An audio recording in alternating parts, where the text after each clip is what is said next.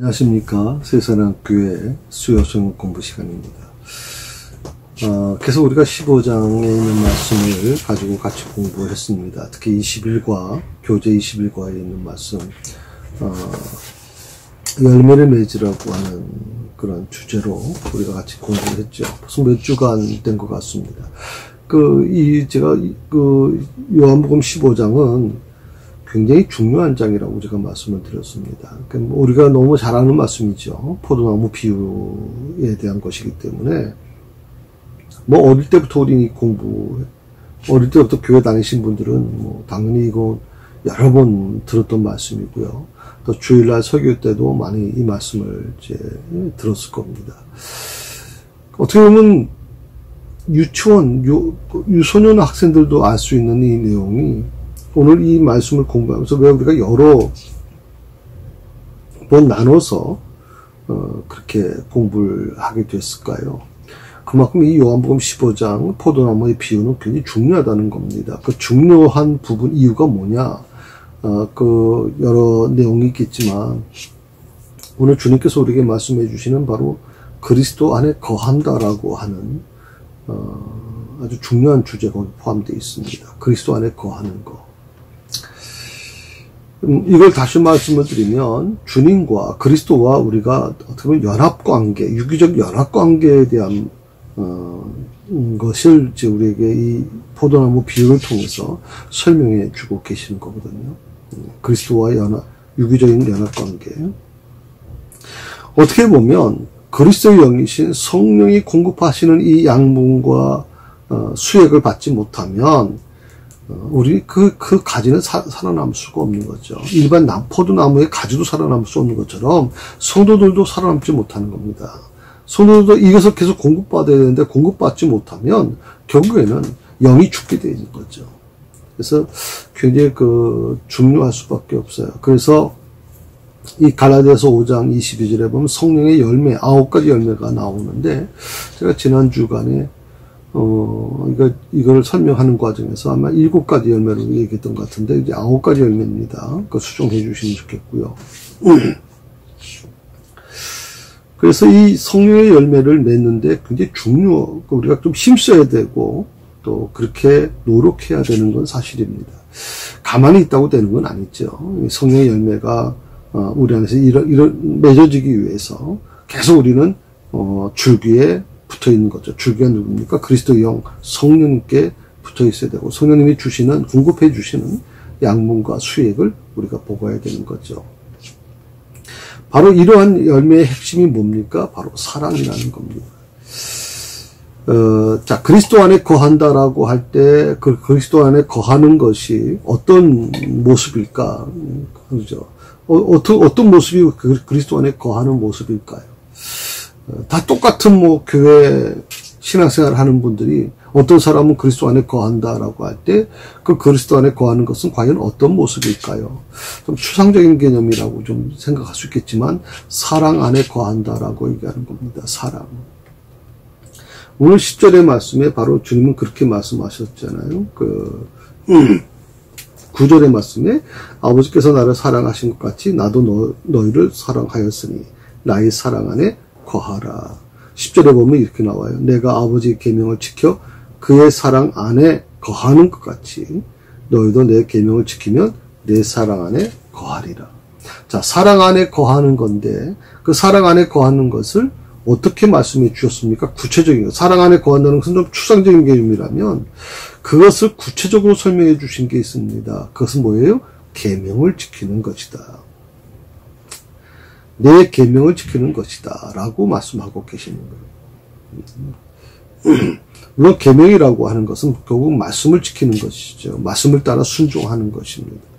그리스도 안에 거하는 방법 중에서 오늘 우리가 지금 지난주에 공부한 걸 반복하고 있는데 5번에서 예수님의 기쁨을 우리가 충만히 누릴 수 있는 길이 무엇입니까? 라고 하는 물음에 대해서 제가 지금 계속 설명해 드리고 있는 거거든요. 그래서 하나님의 계명을 지키는 것, 말씀을 지킴으로 해서 우리 안에 사랑 안에 거하게 된다라고 얘기하고 있는 것이죠.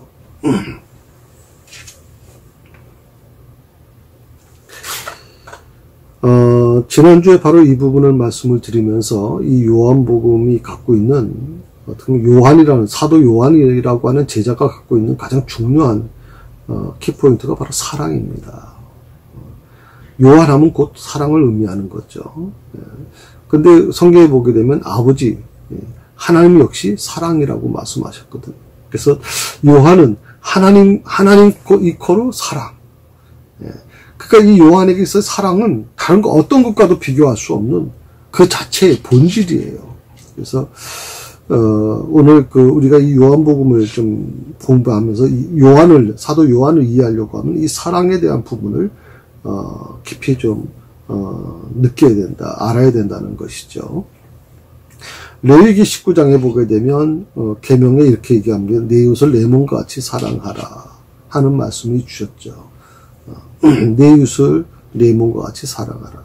그런데 예수님께서 오늘 우리에게 새로운 계명을 주셨는데 그 계명이 뭐냐면 서로 사랑하는 겁니다. 서로 사랑하는 것. 그 사랑이 어떤 겁니까? 서로를 위해서 목숨을 버리는 초월적인 사랑을 얘기해 주고 있는 것이죠. 그 사랑은 곧 예수님께서 우리 인류를 위해서, 나를 위해서 십자가를 지시는 사랑과도 같은 것입니다.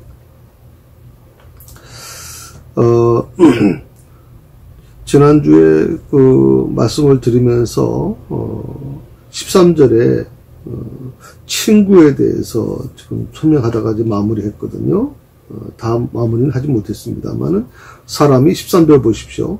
사람이 친구를 위하여 자기 목숨을 버리면 이보다 더 큰 사랑이 없나니 라고 했어요. 친구라는 말을 썼거든요. 예수님께서는 우리를 원수로 보지 않고 친구로 보신다고 말씀해 주셨어요. 그러니까 어떻게 보면 그것은 굉장히 중요한 부분이 되겠죠. 로마서 5장 8절에 우리가 아직 죄인 되었을 때 그리스도께서 우리를 죽으심으로 하나님께서 우리에 대한 자기 사랑을 확증하셨다. 이 친구라고 하는 개념은 보통 필로스라고 하는 헬라어 필로스라는 말이 쓰여지는데 야고보 2장에서 23절에 보게 되면 아브라함을 하나님의 친구라고 부를 때 이 용어를 썼어요. 필로스라는 말을. 근데 원래 친구라는 말은 필로스라는 말만 쓰는 게 아니라 헬라어에 보게 되면 아가파이라고 하는 말을 또 쓰거든요.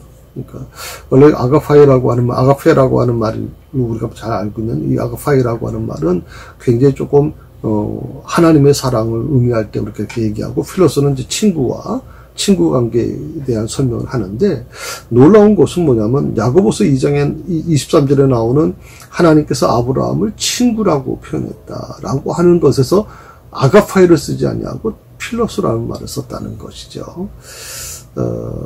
그런 의미 좀 차이를 여러분 이해하시면 도움이 될 것 같고요. 오늘은 특별히 6번에 있는 말씀을 이제 계속 마무리하려고 합니다. 이제 친구를 얻는 길이 무엇입니까? 이제 14절에 보면 그렇게 나와 있어요.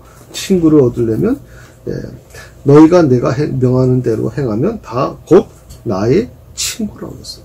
내가 명하는 대로 행하면. 주님과 친구가 되는 조건이 분명해요. 주님이 하신 말씀대로 순종하라는 거예요. 주님 말씀하신 대로 지키라는 거죠.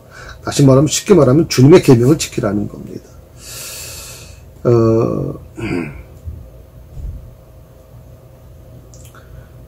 어떻게 보면 굉장히 중요한 부분이라고 저는 생각을 해요. 특별히 오늘 15절에 보게 되면 좀 독특한 말씀이 나오죠. 이제부터는 너희를 종이라 하지 아니하리니 종은 주인이 하는 것을 알지 못함이라. 너희를 친구라 하였노니 내가 내 아버지께 들은 것을 다 너희에게 알게 하였습니다. 자, 종이라 하지 않는다. 종이라고 하는 것은 둘로스라고 하는 말을 쓰는데 두 가지 개념이 있어요. 여기 보면 첫 번째는 자유를 완전히 상실한 노예. 자유를 완전히 상실한 노예. 자유 자체가 없어요. 이런 노예 신분은 그야말로 주인이 죽으라면 죽는 거고요. 생사 역대권이 주인에게 있는 것이죠. 한 번 노예가 된 이상, 그것은 도저히 해방될 수가 없어요. 아마 이런 노예들은 제가 알기로는 이제 보통 전쟁에서 이제 포로로 잡혀온 사람들 이 되겠죠. 두 번째로 이 종이라고 하는 이 단어에는 주인의 집에서 대물림하며 청지기 노릇하는 개념, 하인의 개념이라고 하는 겁니다. 그러니까 청지기 노릇합니까? 그러니까 자유가 전혀 없는 게 아닙니다. 자유는 있습니다. 그런데 주인의 집에서 대물림하면서 청지기 노릇하는 개념, 그런 하인의 개념이라고 그렇게 얘기를 하는데, 조금 이제 그 노예 신분하고는 좀 다른 거죠. 그 종과 친구의 차이가 뭐냐? 종은 주인의 생각을 알지 못하지만 친구는 주인의 생각을 안다. 것이죠. 종은 어쩔 수 없이 일하지만 그 친구는 어쩔 수 없이 일하는 게 아니죠. 예, 서로 기뻐서 더 도와주고 싶어서 일하는 것이기 때문에 차이가 있는 것이죠. 한번 생각해 보십시오. 우리가 감히 하나님이신 예수님의 친구가 된다고 생각해 보십시오. 오늘 주님께서 분명히 말씀하시기를 너희를 종이라고 얘기하지 않겠다고 말씀하시니까, 이제부터 친구라고 대하겠다고 말씀하셨으니까, 자, 하나님이신 예수님의 친구가 된다는 거 얼마나 기쁘고 감격스러운 것입니까? 종이기 때문에 어쩔 수 없이 일하는 게 아니라 정말 예수님의 친구가 돼서 예수님과 같이 그 마음을 나눌 수 있다는 게 얼마나 귀한 것일까요? 예. 참으로 예수님을 믿고 따른다고 하면 정말 서로 사랑하는 자들이 돼야 되겠죠. 예. 자, 7번째 그 내용입니다. 이런 질문이 있죠. 예수님께서 제 아들을 택하신 목적이 무엇입니까? 16절, 17절에 있는 내용이라고 이렇게 했습니다. 한번 보실까요? 16절, 17절에 너희가 나를 택한 것이 아니요 내가 너희를 택하여 세웠나니 이는이라고 하는 게 굉장히 중요합니다. 너희로 가서 열매를 맺게 하고 또 너희 열매가 항상 있게 하여 내 이름으로 아버지께 무엇을 구하든지 다 받게 하려 합니다. 내가 이것을 너에게 명함은 너희로 서로 사랑하게 하려 합니다. 자, 이는이라고 하는 것은 앞에 그 문장과 연결시켜 주는 거죠. 예. 너희가 나를 택한 것이 아니고 내가 너희를 택하여 세웠다. 그 이유는 뭐냐면 너희로 가서 열매를 맺게 하는 것이다. 그리고 항상 있게 하기 위해서다. 그래서 이런 말씀을 주십니다. 내 이름으로 아버지께 무엇을 구하든지 다 받게 하려 합니다. 여기서 그 중요한 게 뭐냐면 너희가 나를 택한 것이 아니요. 다른 번역에는 이렇게 나왔습니다. 나를 택한 것은 너희가 아니다라고 얘기하거든요. 자, 구원의 선택과 신앙생활의 주도권이 누구에게 있느냐가 전 중요하다고 생각을 합니다. 우리가 신앙생활을 해나가면서 구원을 위한 선택과 신앙생활의 주도권이 나에게 있느냐 아니면 하나님께 있느냐라고 하는 것이 분명해야 됩니다. 그런데 우리가 이 구원에 대한 선택은 하나님께 있다고 얘기하는 생각은 보통 합니다만은 신앙생활의 주도권을 하나님께 드리지 않는 경우가 사실 많이 있죠. 어떤 분들은 구원까지도 자기가 선택한 거라고 생각하는 분들이 있어요. 인본주의입니다. 여러분 잘 들으셔야 돼요. 구원은 하나님께서 우리에게 주신 선물이에요. 그렇기 때문에 우리가 마음대로 주장할 수가 없는 거죠. 그건 하나님께서 허락하신 것이기 때문에. 다만 우리가 가장 실수하고 있는 게 뭐냐면 생활의 주도권을 누가 주고 있느냐는 거예요. 하나님이시냐 아니면 내가 주고 있느냐. 성령이시냐 아니면 나냐라고 하는 거예요. 주도권을 누가 주고 있느냐는 거예요. 이사야 43장 1절에 보게 되면 이런 말씀이 있어요. 제가 읽어드릴게요. 야곱아 너를 창조하신 여호와께서 지금 말씀하시니라. 이스라엘아 너를 지으신 이가 말씀하시니라. 너는 두려워하지 말라. 내가 너를 구속하였고 내가 너를 지명하여 불렀나니 너는 내 것이다. 너는 내 것이다. 하나님께서는 분명히 말씀하셨어요. 너는 내 것이다. 주도권이 누구에게 있다는 거예요? 하나님께 있다는 거예요. 구원에 대한 선택과 신앙생활의 주도권이 하나님 편에 있다는 거예요. 하나님 편에 있다는 것은 굉장히 중요한 겁니다, 여러분. 우리가 이것을 분명하게 갖지 못하게 되면 내 편에 내 입장에서만 갖고 있다면 어떻게 될까요? 구원의 문제라든지 구원의 선택이라든지 신앙생활의 주도권이 하나님 편이 아니라 내 것이다. 내가 갖고 있다고 생각할 때는 여러분 내가 사람이 얼마나 대단한 존재입니까? 뭐 사람들이 그런 얘기를 하지 않습니까? 내 주목을 믿는다. 그 주목이 뭔데요 대체? 요즘엔 주목 싸움도 좀 못해요. 때리면 맞아야지. 맞서서 싸웠다가는 쌍방 과실을 돼요. 자, 내가 주도권을 잡았을 때는요, 내가 갖고 있는 능력 안에서 이루어지는 겁니다. 그러니까 내 능력을 초월하는 어려움이 오게 되면 그때는 아주 무너져 버리는 거예요. 모든 게. 우리가 왜 신앙생활 하다가 쉽게 무너져 버리는 이유가 무엇입니까? 모든 주도권을 내가 쥐고 있기 때문에 그래요. 하나님께서 쥐고 계셔야 되는데 그런 걸 갖지 못하는 거예요. 오늘 이사야 43장 1절에 있는 말씀처럼 너는 두려워하지 말라. 내가 너를 구속하였다. 내가 너를 지명하여 불러나니 너는 내 것이다. 분명히 말씀해 주셨어요. 이 말씀만 여러분이 갖고 계시다면, 이 말씀만 여러분이 믿고 계시다면 여러분의 삶에 따라 찾아오는 모든 두려움, 모든 염려, 모든 근심은 사라질 거라고 생각합니다. 오늘 특별히 16절에 분명히 말씀하셨죠. 너희가 나를 택한 것이 아니요 내가 너희를 택하여 세웠다라고 말씀하고 계시잖아요. 이 말씀은 하나님께서 이스라엘이라고 하는 나라를 세우시고 그리고 그것을 팔레스틴에 심으셨다는 그 말씀과도 같은 겁니다. 이사야 5장 2절에 보게 되면 그 같은 의미가 나와 있어요. 땅을 파서 돌을 채하고 극상품 포도나무를 심었도다. 그 중에 망대를 세웠고 그 안에 술틀을 팠도다. 좋은 열매를 맺기를 바랐더니 들포도를 맺었도다. 자, 땅을 파고 돌을 채했습니다. 그리고 거기에 극상품 포도나무를 심었습니다. 그러면 당연히 좋은 포도가 열려야 되겠죠. 돌도 제하고 땅을 파고 망대를 세우고 술틀을 팠으면 그만큼 기대했다는 거 아닙니까? 좋은 포도 열리기를 기대했는데 그런데 뭐가 열렸어요? 들포도가 열렸다는 거예요. 들포도는요 관리해주지 않아도 자연스럽게 열리는 겁니다. 그런데 이 들포도는 사실은 쓰기가 어렵죠.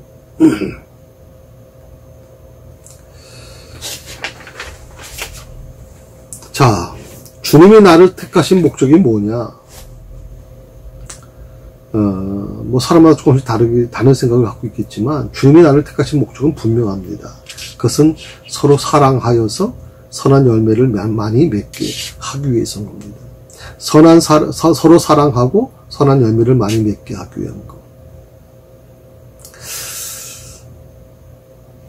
자, 두 가지죠. 서로 사랑하는 거, 선한 열매를 많이 맺는 거. 자, 사도 바울도 역시 마찬가지로 하나님의 구원의 목적이 우리로 선한 일을 하게 하는 것이라고 그렇게 증거하고 있거든요. 말씀하고 있거든요. 그렇다면 선한 일을 하지 않는다면 역설적으로 제가 말씀드립니다. 선한 일을 하지 않는다면 어떻게 되는 겁니까? 구원하시는 이유가 없는 거죠. 자, 사도 바울이 말해주는 이 하나님의 구원의 목적이 바로 선한 일을 하게 하기 위한 것인데, 선한 일을 하지 않는다고 하면 구원하신 목적이 없는 거예요. 그 야고보 사도는 이렇게 얘기하죠. 2장 26절에서 영혼 없는 몸이 죽은 것 같이 행함 없는 믿음은 죽은 것이다. 행함 없는 믿음은 죽은 것이다. 여러분이 믿음을 갖고 있다고 하지만 여러분이 행함이 뒷받침되지 않는다고 하면 그 믿음은 죽은 믿음이라는 거예요. 아니 야고보 사도는 굉장히 무섭게 얘기하죠. 그리고 17절에서 18절에 이렇게 얘기합니다. 행함 없는 믿음은 그 자체가 죽은 것이다. 행함 없는 믿음을 내게 보이라. 나는 행함으로 내 믿음을 내게 보이리라고 말씀하고 있거든요. 행함 없는 믿음은 그 자체가 죽은 것이다. 제가 말씀드리는 거 아니에요. 야고보 사도가 지금 분명하게 하나님의 말씀으로 증거하고 있는 거예요. 성도 여러분, 여러분 기도만 한다고 다 되는 거 아닙니다. 정말 여러분 우리가 기도한 그 부분을 삶으로 나타나야 됩니다. 오늘 주께서 말씀하신 건 주님이 나를 택하신 목적은 서로 사랑하는 겁니다. 서로 사랑하는 거. 그리고 두 번째가 선한 열매를 많이 맺는 겁니다. 그러니까 서로 사랑하지도 않고 선한 열매를 맺지 않는다면 그건 구원 자체가 의미가 없는 거죠.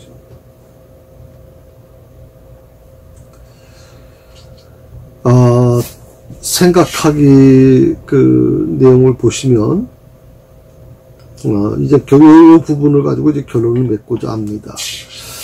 자, 예수님께서 말씀하시는 열매가 무엇입니까? 그래서 2절에서 11절, 12절에서 17절에 있는 내용인데 8절에 보게 되면 그런 말씀을 하셨어요. 너희가 열매를 많이 맺으면, 그러면 그 뒤에 이렇게 나오죠. 내 아버지께서 영광을 받으실 것이요 너희는 내 제자가 되리라. 그러니까 아버지께서 영광을 받으실 것이셔야 되고 또 우리는 바로 주님의 제자가 되어야 되는데 그러기 위해서 전제 조건이 있습니다. 너희가 열매를 많이 맺어야 된다는 전제 조건입니다. 열매를 맺어야만 되는 것이죠. 그러니까 열매가 뭡니까? 사랑입니다. 사랑을 서로 사랑하게 되면 아버지께서 영광을 받으신 겁니다. 그러니까 우리가 교회 안에서 성도들이 서로 사랑하고 서로 존경하고 서로를 섬겨나가면 그것이 바로 아버지께 영광이 되고 바로 우리가 주님의 제자가 되는 것입니다. 두 번째로 풍성한 열매를 맺으려면 어떻게 해야 될까요? 세 가지로 제가 생각해 봤습니다. 첫 번째는 하나님께 매달려 있어야 하는 겁니다. 하나님께 매달려 있어야 된다.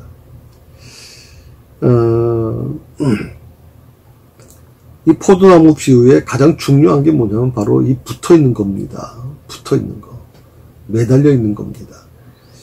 가지가 줄기에 매달려 있는 겁니다. 그래야 가지는 삽니다.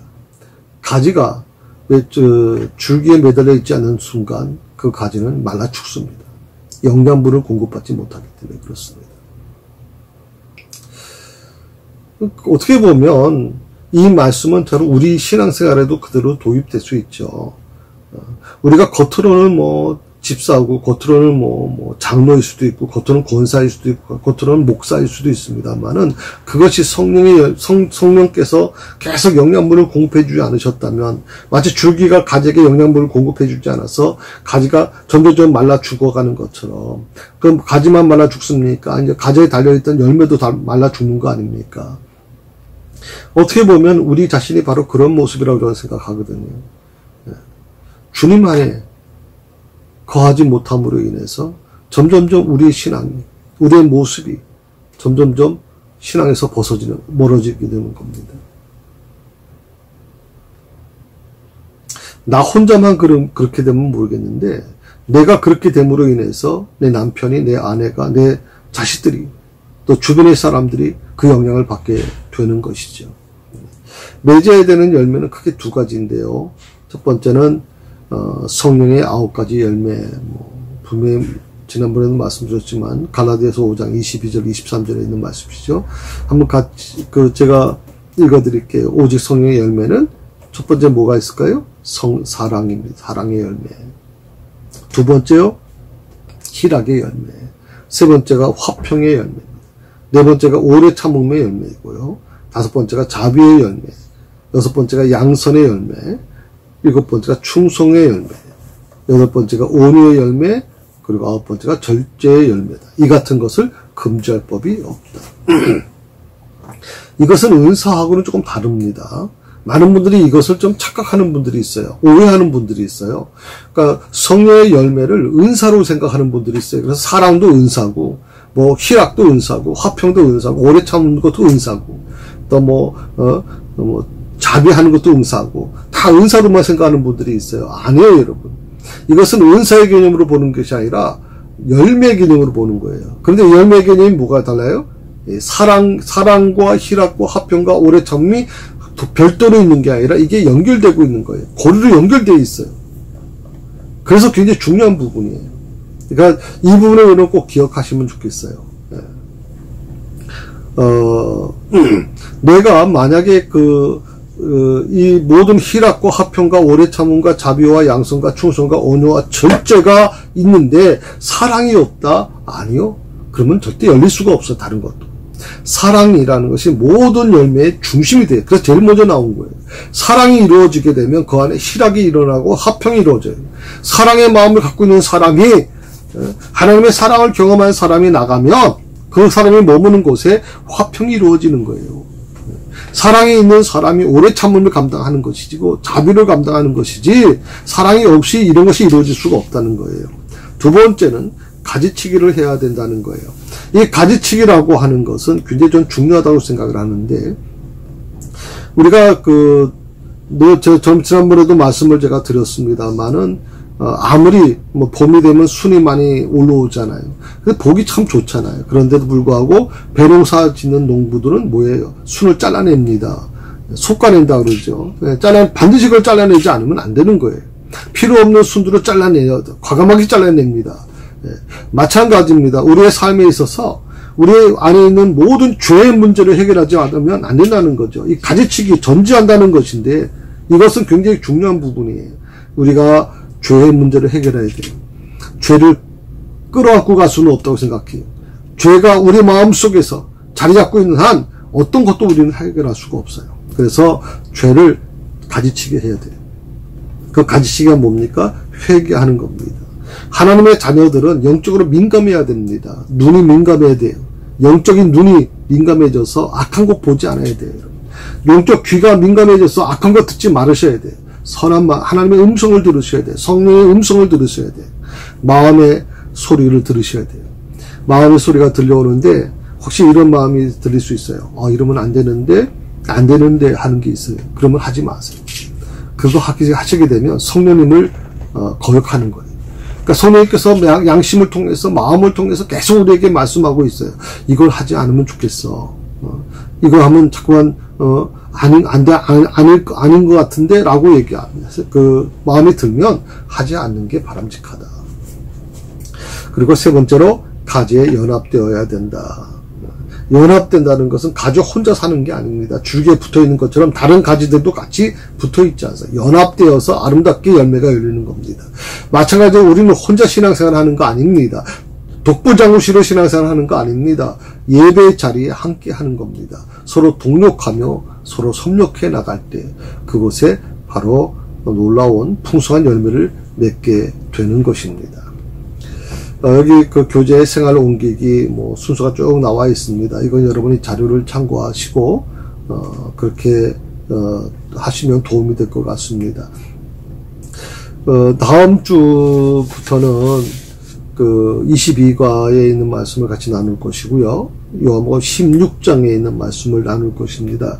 특히 16장은 한번 읽어오시면 좋겠고요.